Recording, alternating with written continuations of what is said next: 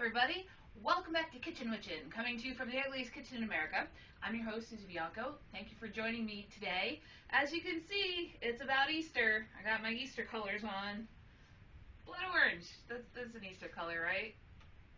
Anyway, so today we're going to make something special, something from the annals of history, dealing specifically with my family. We're going to make some Easter bread. Now, this has been a family favorite around this time of year for longer than my family's been in this country. This is based off of a recipe that my grandmother had written down, and we'll get into that in a minute. Why I say based on. But what you're going to need today is eggs. All the eggs. I think that's why it's Easter bread, because it has a lot of eggs in it.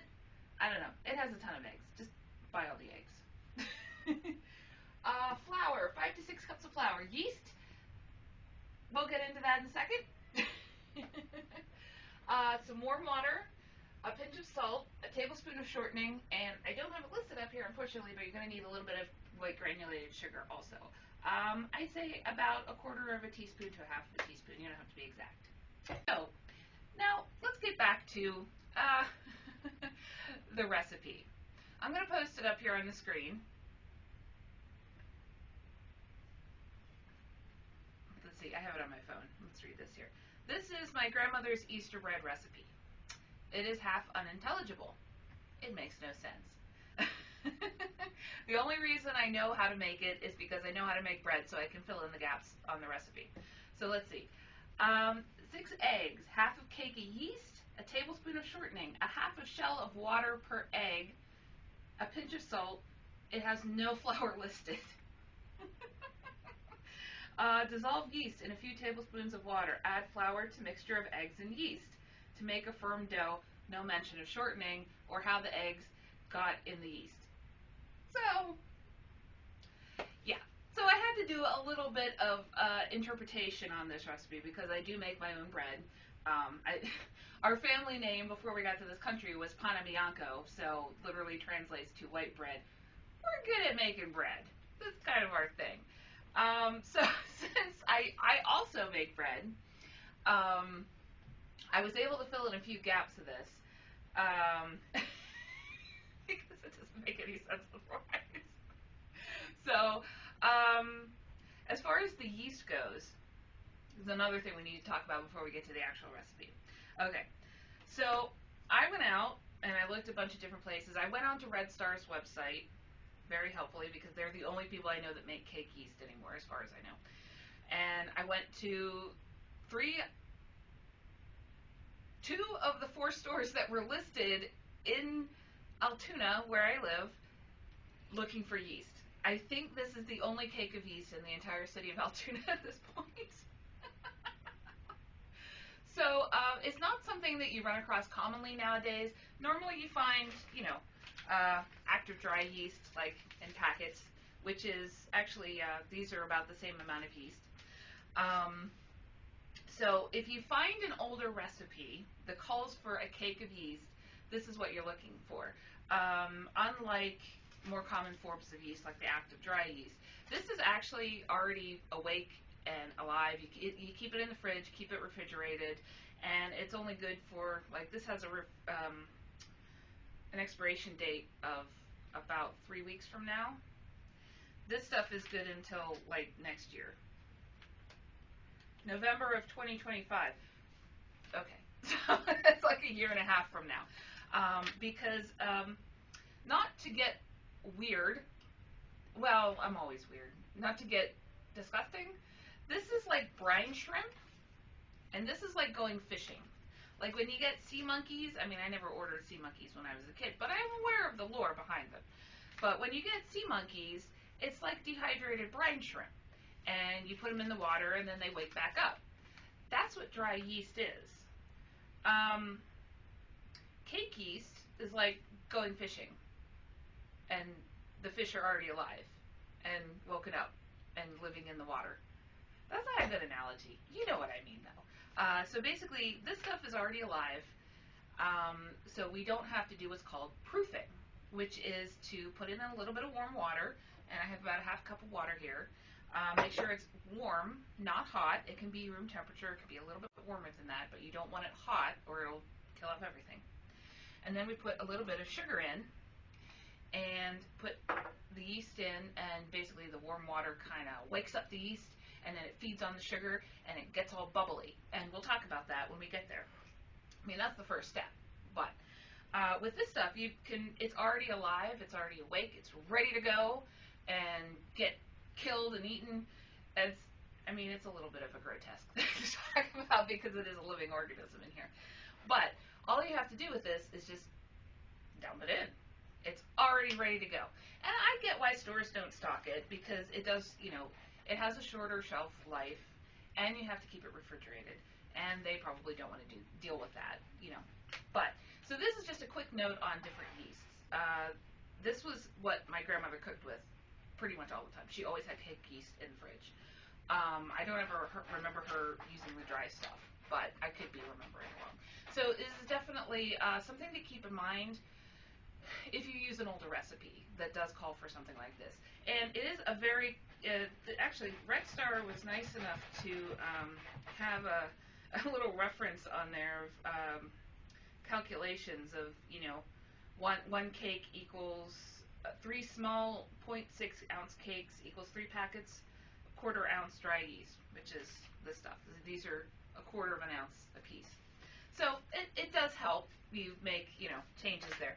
But, so just be aware that these are very much being phased out. Like I said, I was running around this weekend trying to find it. I talked to someone at Wise, who's also posted, I bought this at Giant Eagle.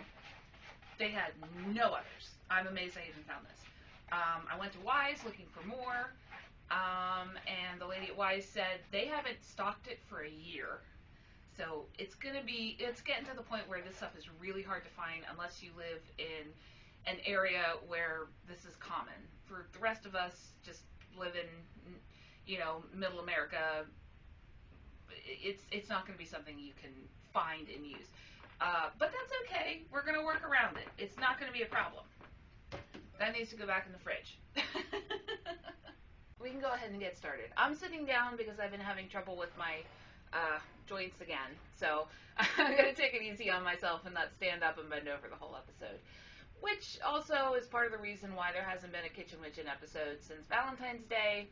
I do apologize for that, but, when you follow disabled creators, sometimes they gotta take breaks. So anyway, we're gonna go ahead and get started. So this is, I don't want to say a half a batch, but you can double it. This is the recipe, but it is easily doubled. So we're just gonna go with 6 eggs, and that means a half a block of this. So we're gonna turn to our our handy dandy yeast packets here. I kind of overbought on yeast. I'm gonna have to. It's the season for bread. I'll make more bread. All right. So we're gonna go ahead and put our sugar in. Make sure it's not all clumped up. And then we're gonna go ahead and put in. This is about a half a packet. I measured this out yesterday, so this is about half a tablespoon, I want to say. So we're going to go ahead and just sprinkle that on the water there. And then slice this guy up and do the same thing.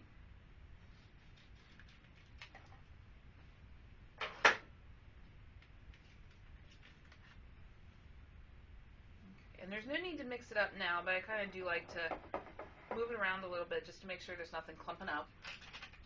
And then what we're going to do is go ahead and cover this and let it proof, which is what it's called when the yeast kind of wakes up. Not to be confused with proving, which is raising in Britain. If you ever watch the Great British Baking Show and they say they're going to prove their dough, it just means they're raising their dough. They're not activating the yeast. The yeast should already be activated when it goes in, unless they're using live yeast. I think I'm repeating myself. So we're just going to go ahead and let this proof, and that's good for about 5 minutes or so. And you can check on it. You don't have to cover it. I just like to cover it because I feel like I embarrass it if I'm staring at it while it's waking up. So also, quick mention, utility scissors that you can take apart and put in the dishwasher. Super good buy. Good to have in the house, especially like these. They got all sorts of extra little thingies on them. Just a quick note. Anyway, so while that is proving, what I want you to do is go clean out your oven. Well, not scrub it, but make sure there's nothing in your oven. You can put it on low if you want. And you're going to take a few small pans, pots and pans, fill them up with water, and I already have that done. And this may sound like it doesn't make any sense, but I promise you it will make sense in a minute. And we're going to turn these on high and bring the water to a boil. And we're going to put this big guy on the big burner. Okay. Oops. These I don't have lids for those, so they're just going to have to, by the time they all, they should all end up boiling at the same time. So anyway, okay. Now, those are going to be for when we raise the dough later on. It's tempting to just put it on with the heat, put it in somewhere warm, but that will start the cooking process. We don't want to do that because we're going to do 2 raises. So we want to make sure that we don't have too much heat on our dough or the raises won't work right. And you'll get that weird little cooked skin on top. I've done that. It's not good. And there's also, if you want to leave your dough out on the table, covered, that's fine too. If your house is warm, if you're doing this in the middle of summer and it's sweltering hot, yeah, go for it. But what I found to be the best way to do this is to use steam. The steam will keep the dough nice and moist. You won't get that weird dry skin on the top, and it won't start to cook. So we're going to boil those, and then we're going to stick them in our big empty oven here, which is pretty much the only thing I use down here for anymore because I'm being lazy and not fixing it and not replacing it. I'll get around to it one of these days. But so we're going to put that in. It's going to hold all that heat and steam and basically be like a little sauna for our dough to raise. So let's take a look here. Okay. And like that, our yeast is proofed very nicely, I might add. It's nice and bubbly. That's what you want to see. So we're going to go ahead and just give it a mix here.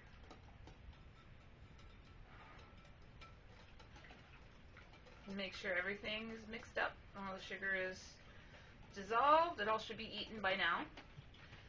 Make sure we don't have any clumps of yeast anywhere. I know I was a little bit careless and I got some around the edge, but that's okay. So we're going to go ahead and we have 6 eggs. I feel like I'm Rocky. No, not going to do it.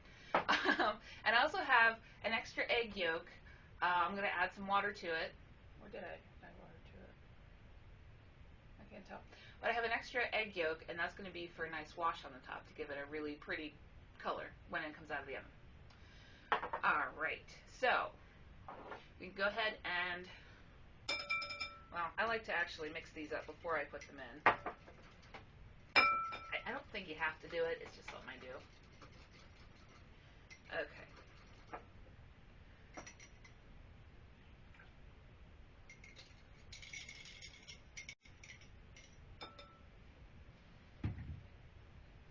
Alright, I'm going to go ahead and start giving that a mix.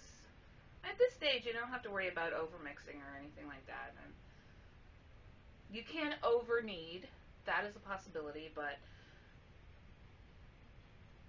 it's still early and you don't have to worry about mixing up too much stuff.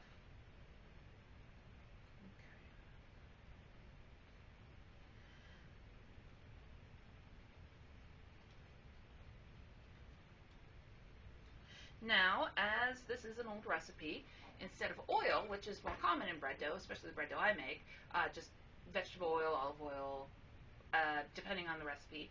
I usually use canola. I mean, we had that talk about oil before. We're going to use shortening.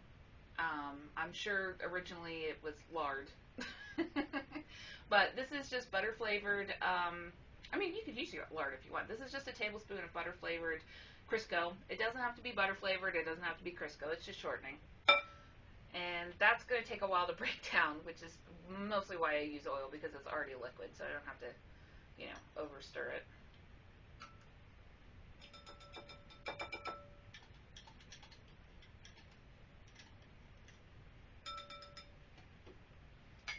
Okay.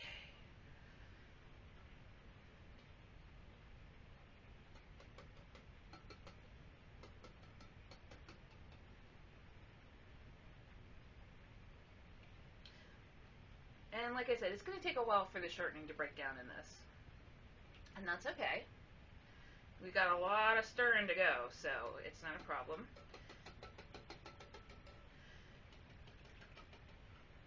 And then we're going to go ahead and add a pinch of salt. I don't know what a pinch is. A pinch varies from person to person. It's just, I would say probably about a half a teaspoon to a quarter of a teaspoon, depending on what you like. I accidentally left the salt out of my test batch, and it wasn't great. It wasn't bad with salted butter on it, but it's fine.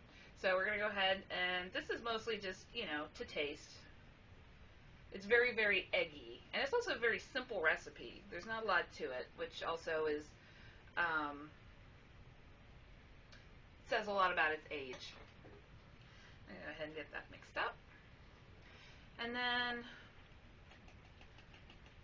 we can go ahead and start adding the flour. I do have a funny story. My sister has a degree in electromechanical engineering, and she's also a big fan of chemistry. So my grandmother has a lot of, uses recipes and writes recipes from a very antiquated point of view, where you assume the person who is using the recipe knows the basics. Unlike a lot of recipes today, where they just assume that you know nothing and they start you fresh and explain everything.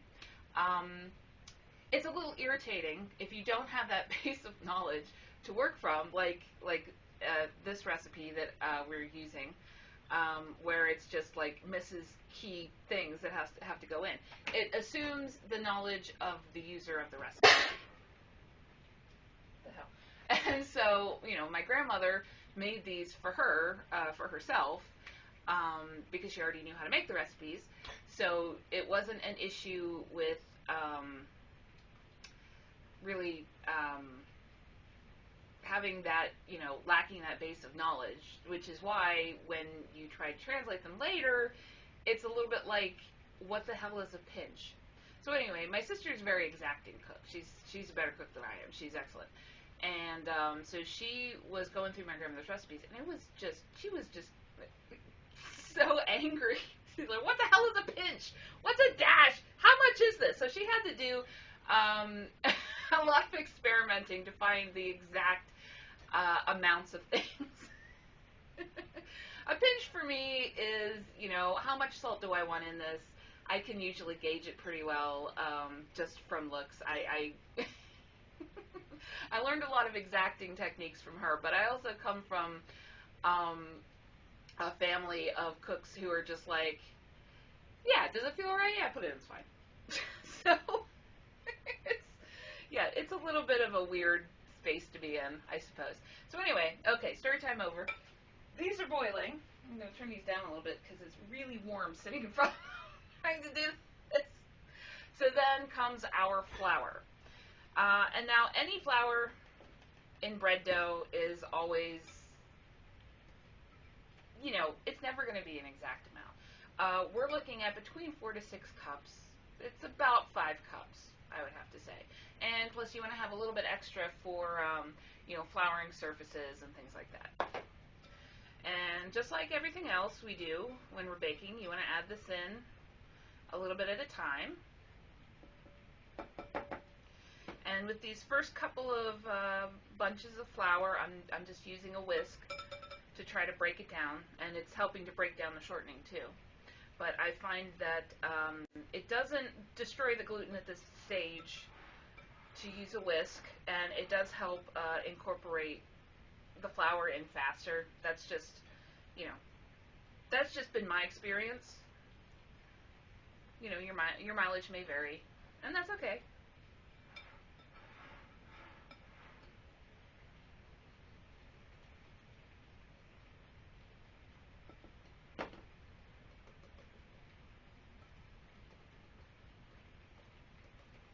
Now, when I say that, you know, there's no way to be exact with flour in bread dough recipes. It's mostly because you kind of have to go by feel. You have to be able to feel how the dough is shaping up. And you can, you know, you want it to be firm, but not a little bit tacky, but not sticky. You don't want it to be sticking on your fingers and pulling off from the rest of the dough. That's when you know you need more flour. But when you get to that point, you have to be careful that you don't overflour it, and then the bread will end up kind of weird texture. You don't want that. All right, so this is getting incorporated pretty well.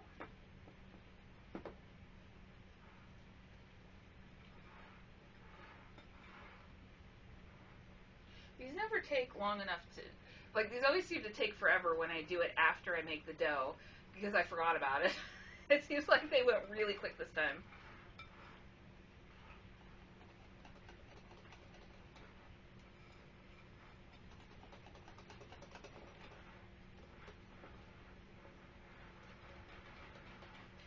Okay, so we're getting to the point where I can go ahead and switch off of our whisk to, where's my wooden spoon at? Oh, that'll work. To just a large spoon.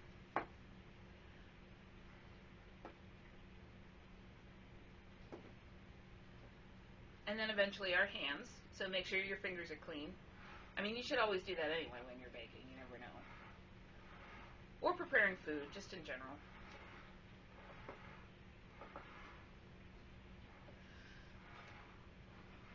I mean, I assume that everybody does that, but around the lockdowns at the beginning of COVID, it became very apparent that a lot of people do not wash their hands properly. This is why I don't shake hands with people anymore, if I can avoid it.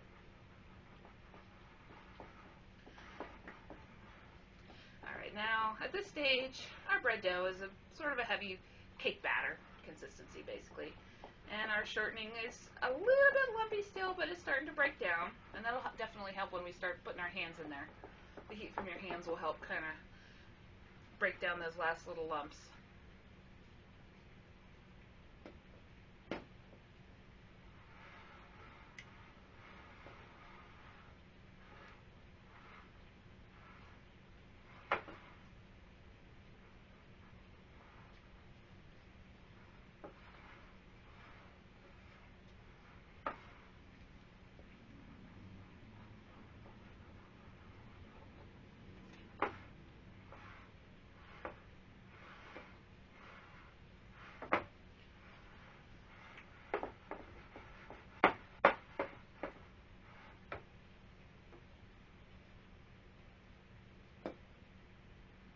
It's about a third left, maybe. And it's going to start thickening up here pretty well. Now, at first, when you start incorporating it, it always looks like you put too much flour in. But just keep working it. If you put too much flour in, you'll know. That's why it helps to do it with your hands, because you can feel the stickiness and the tackiness of the dough. Also, it's fun, and it makes a huge mess.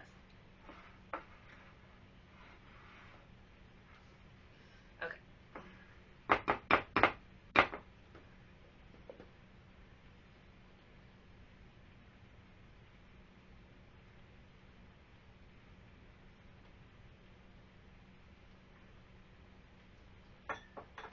Okay, I'm actually going to stand up for this because, ooh, that wasn't pleasant.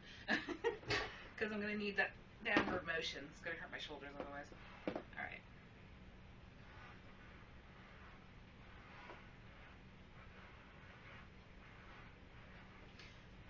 Now with my hand, I'm making sure to scrape under the bowl and pull all that off to make sure, because I always say scrape the bowl, and you can do that with your fingers too.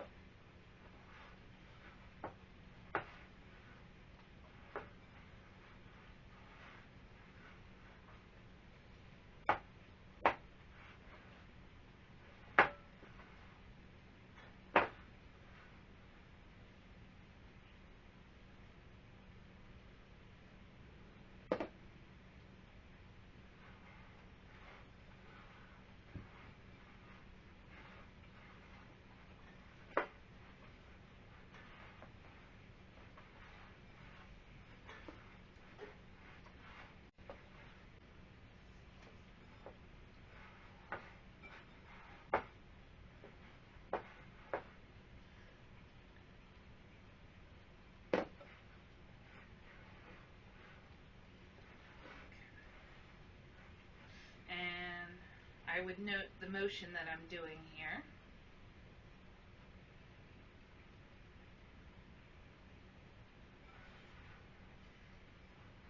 Pulling out from the bottom, pushing up, and then pushing it down on top.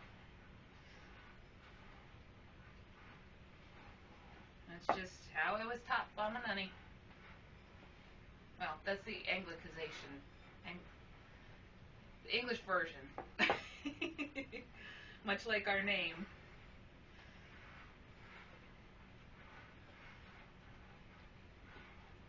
This is anglicized. But, yeah, no, this is actually, alright, I'm going to pick this up and put a little down here, try to scrape up that little bit that's still on the bottom. Hopefully you can see. And our dough's getting really good, but as you can see, it's still pulling away a little bit. We're going to keep going. Sort of coat the outside of the dough with what's on the bottom here. And start over again.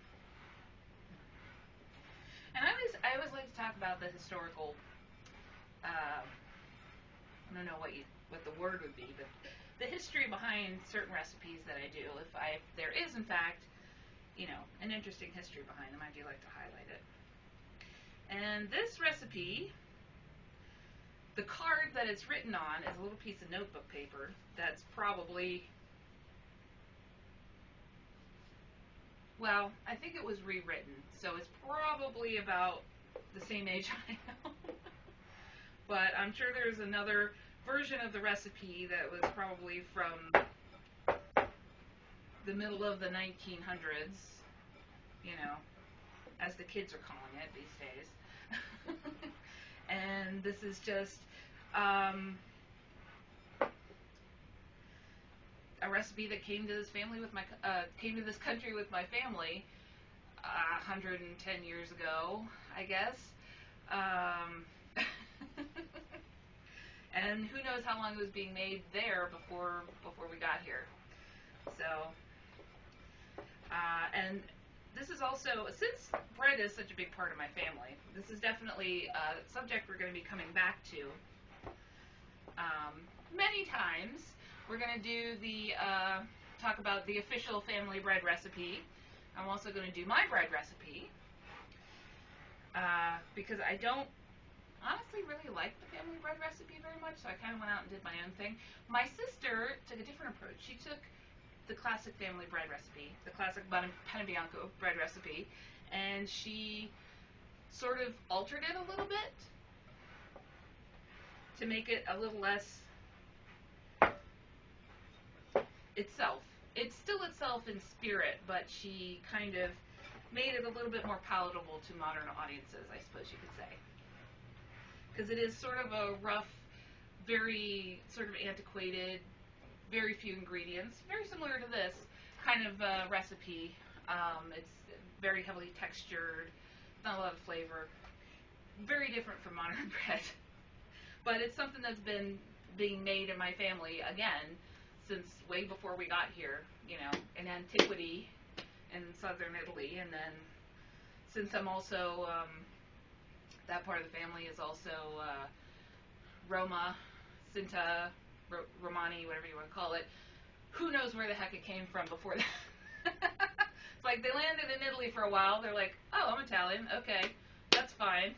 Oh, no, I'm American now. Okay, that's fine too. So I don't know where it came from, but we've been making it for generations and generations, and we're pretty good at it. We're pretty good at bread dough. Okay, so anyway, so there's going to be more episodes of bread. We're going to make the family sort of spiced focaccia bread, which has also been something that we've been traveling around with for generations and generations. We're going to make cinnamon rolls, maybe some hearth bread, maybe some soda bread, all sorts of fun bread. Bread is awesome. Bread is like the best shit ever. I love making bread. It's fantastic. Anyway, back to what we're doing. Now this is pretty good, and then if you can see it kind of pulling off on my hand a little bit. We want just a tiny little bit more flour, but we're actually pretty good, pretty much where we want to be. And if you would want to stop here, that would be totally fine. I'm just going to give it another quick little knead here. Now traditionally, especially in my family, we would have like a large pan, not a bowl, that this would be transferred to for mixing. You can do it on the table too. That's fine. Just make sure it's clean and floured. Alright, now that's pretty perfect. It's tacky, but it's not sticking on my hands. That's actually pretty beautiful dough. Alright.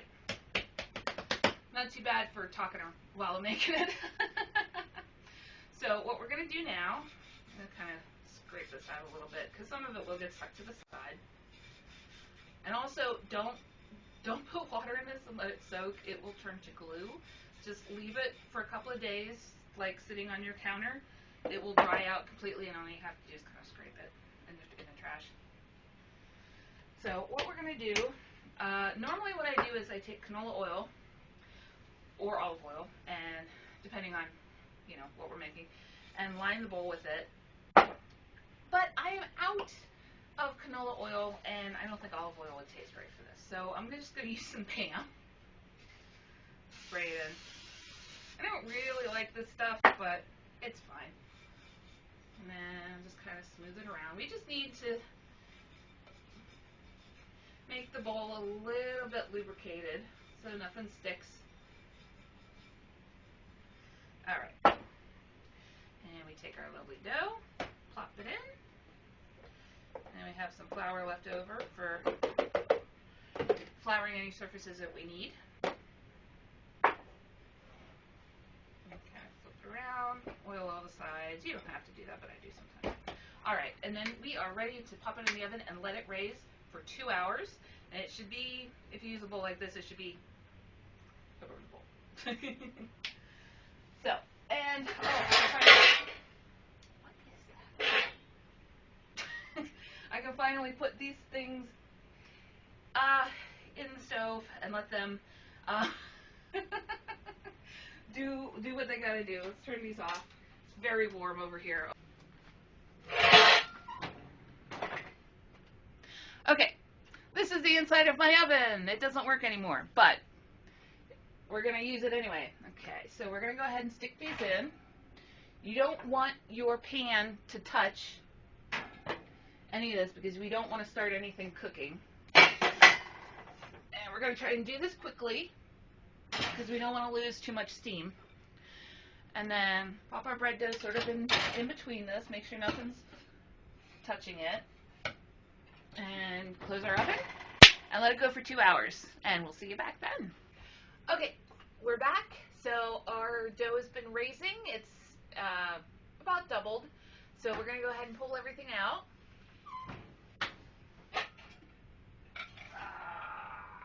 That's beautiful. All right. We're also going to pull out our water, put it back on to heat, because we're going to do an extra raise on this.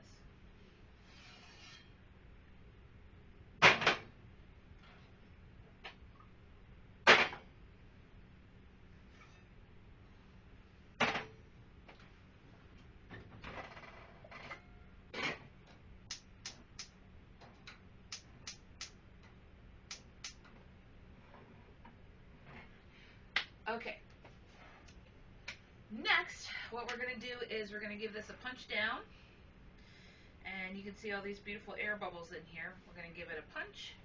This is always my favorite part as a kid.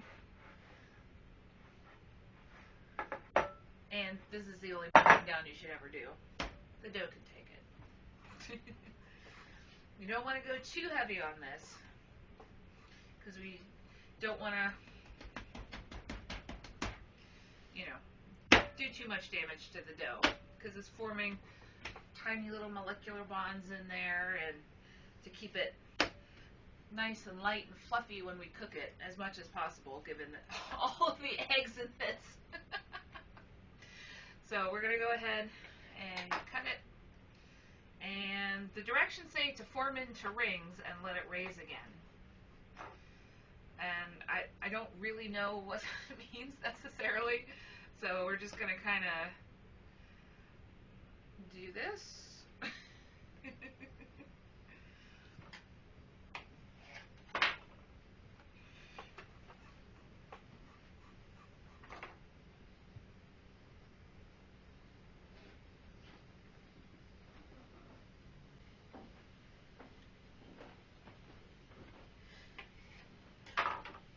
Doesn't have to be exacting or anything, just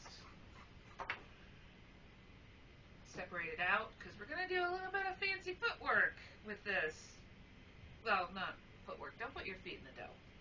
Unless you don't have hands, in which case, definitely put your feet in the dough.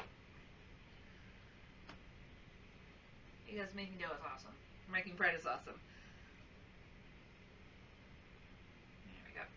Alright, got our rings. Now we're going to switch to the pan we're going to be cooking in. Definitely put some flour on. Don't want anything sticking if we can avoid it. We'll go ahead and put our little rings on. And put it back in to raise for another hour.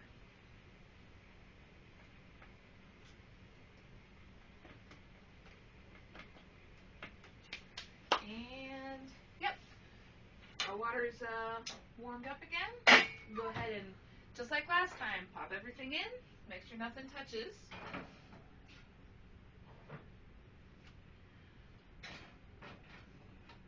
Only this time what I'm going to do is put the bowl in with this on top of it, because it's not going to be quite big enough in there for all of this to be in there together. So there we go. And then we can come back in about an hour, and we should be good. I'll see you then. Hey, welcome back.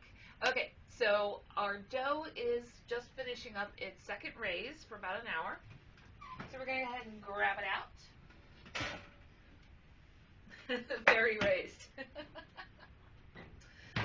Now, since we already have it portioned out, this is where the fun part comes in. We get to be a little bit, what do you want to say, a little bit creative.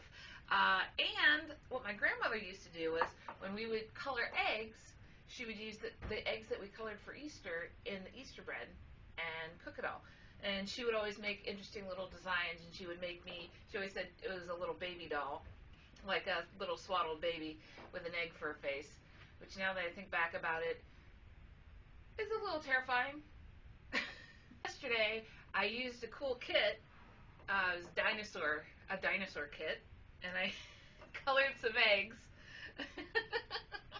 so that we can use them in our, see if they stay here, so that we can use them in our Easter bread.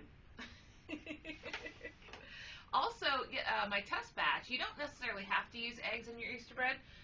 You can, it's knotted up, just like in a loaf, sort of like challah bread. It looks like this. It's very pretty. But you can put eggs in it. Makes it a little festive, a little colorful. It's all good. Alright, so we're going to go ahead and get started. I'm going to flour our surface.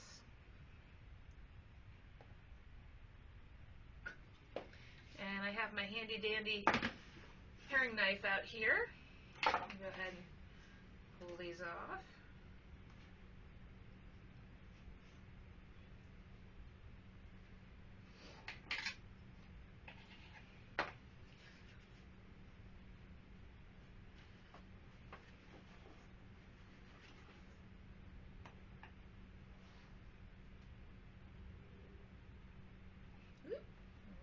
too busy on that one.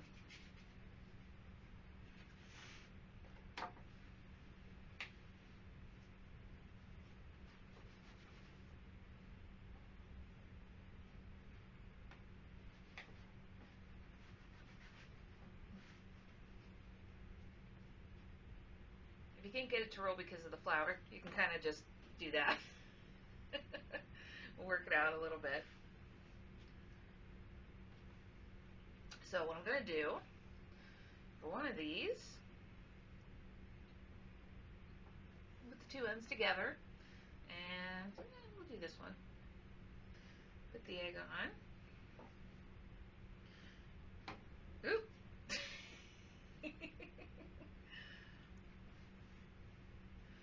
We're just gonna sort of wrap this around.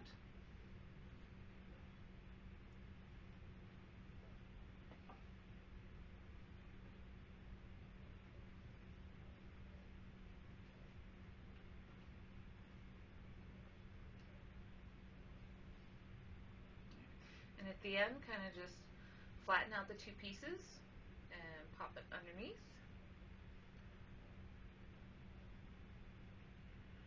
There we go. All right. We'll put that aside.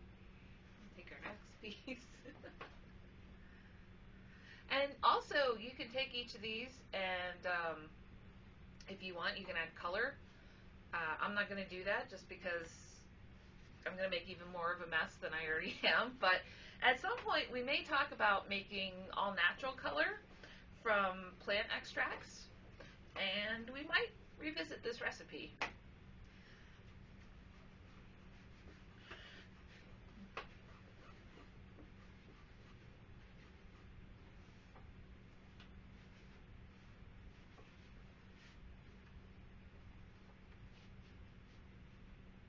Now you can kind of do what you want with this. You can leave it in rings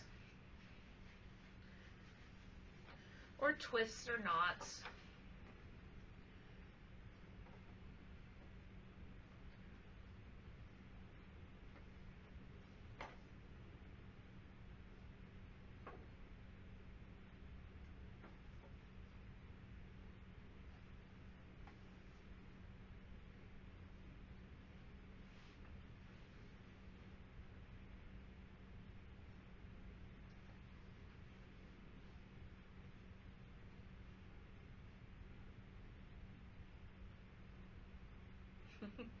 And make a little baby doll like my grandmother used to do for me. I'm gonna pull it up around the egg though so it doesn't cook out.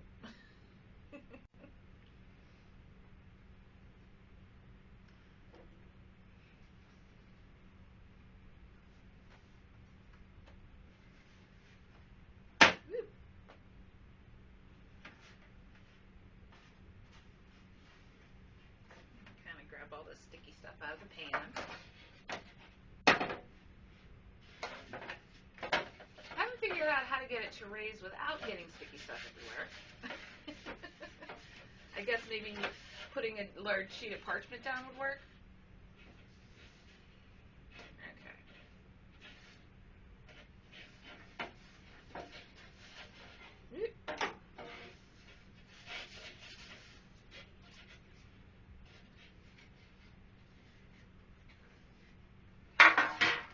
There we go. All right.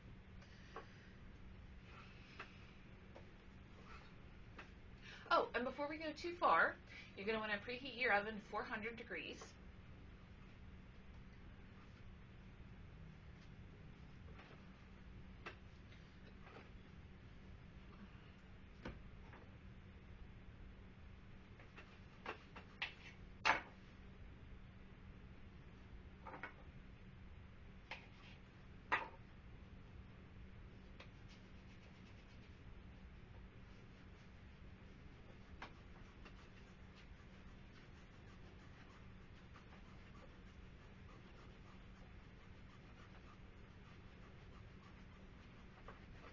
Now, when I usually do bread, just for myself, for my own recipe, I usually just do one raise. You can do two. You can do one. This one specifically, this bread specifically calls for 2 raises. So we can go for 2 raisers. That's fine. Usually when I make bread though, I'm just like, I get bored, and I'm like, it's fine. I'm just gonna cook it. I want bread, so I just do 1 raise. But it's fine either way. That is actually very accurate. Like, since I make stuff live while I'm filming this, like, I don't make stuff beforehand and then just pull it out of places already done, which I probably should do, because it would definitely make filming a lot quicker. Like, I literally put stuff away to let it raise, to let it cool, for the amount of time that I say that I do. So it does. I do get that a lot when I'm making stuff for the show too. Like, come on and cook. Oh my god. That's mostly just because I'm wearing shapewear and makeup, and I hate both. All right. Go ahead and hook these together. Put our little egg right there.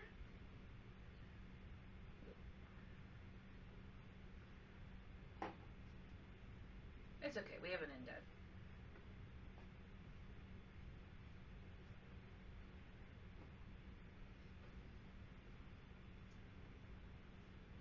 Okay.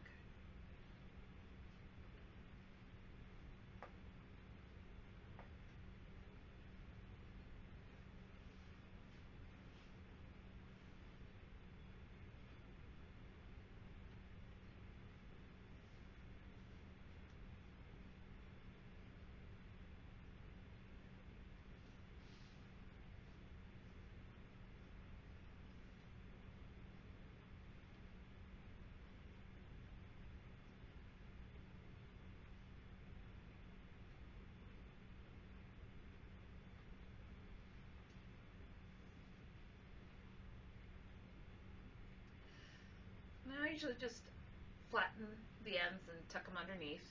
You can do that with cinnamon rolls too. It's not. It's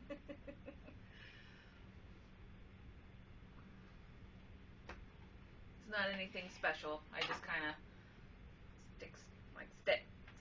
stay there. You can use egg, and we're going to talk about that because we're going to be doing an egg wash, like I mentioned earlier.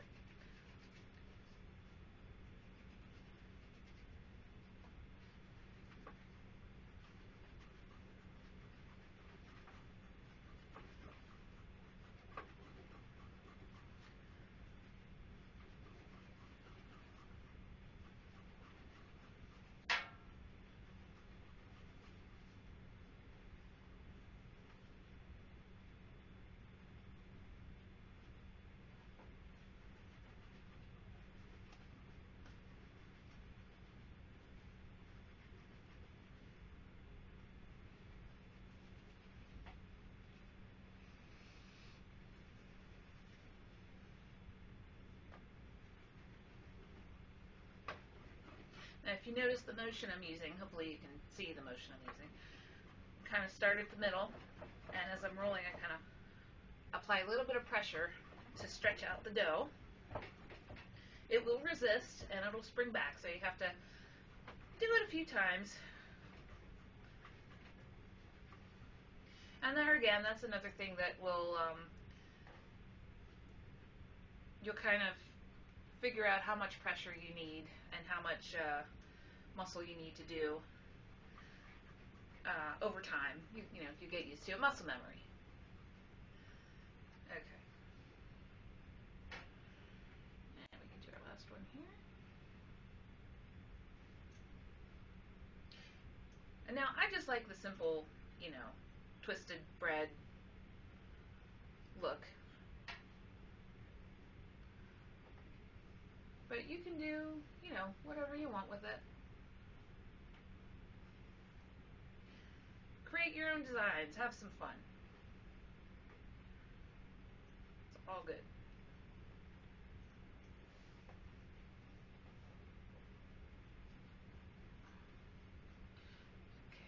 last cool egg. This is a neat set of eggs. I never had cool stuff like this when I was a kid. Or maybe my family just didn't get it because they were cheapskates. But in any case, let's try this again.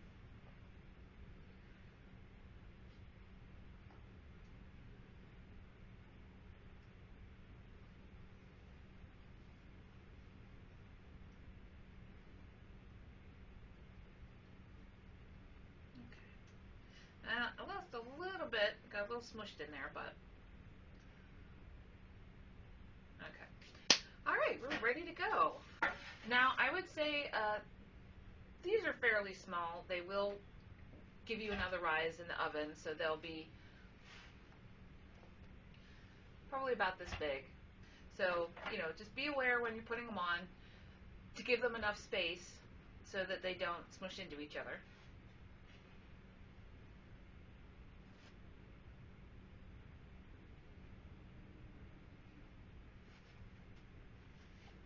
Oh, make sure you flour your surface too.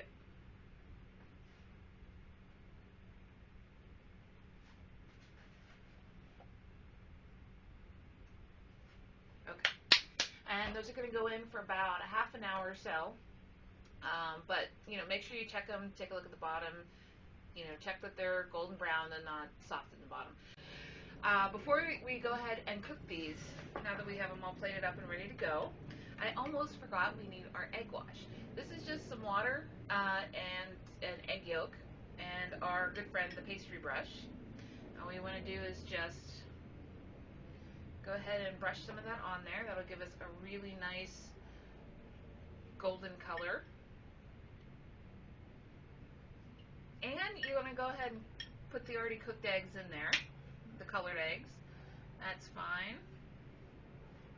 Are they going to cook more? Come on. Okay. There we go. Now these are ready to go in, and they're going to cook for about 30 minutes until golden brown. You can see with these. Golden brown and a nice crust on it. And the bottom should be also golden brown and be kind of hard if you tap on it. Make sure it cooks the whole way through. So we'll see you back in about a half an hour. Okay, so it's been about a half an hour and we're ready to pull all of our stuff out.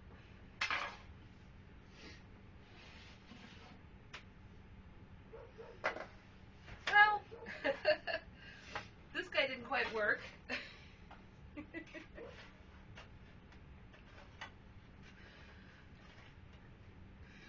I guess as you can see, my technique is a little sloppy. The egg kind of fell out. This one kind of ate the egg. Here, I'll stand up. The little baby doll looks good, and this guy, little bird's nest, looks good. So, yeah, they turned out great.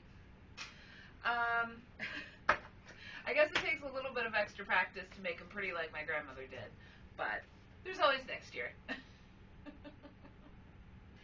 So, now don't you want to eat that baby's face? Baby face. So, that's about all there is for Easter bread. Also, next year I need to get some colors that don't run all over the place when exposed to high heat. We got a little bit of green around there, but that's okay. I think maybe next time, instead of coloring the eggs, I'll color the bread. Make it a little bit more interesting. But, yeah, nope, that's about all there is for Easter bread. So, if you'll excuse me, this bunny is going to go down in her burrow and enjoy the fruits of her labor. So, happy Easter, everybody. Thank you for joining us on Kitchen Witchin', coming to you from the Ugliest Kitchen in America. And happy baking and happy Easter. We'll see you next time.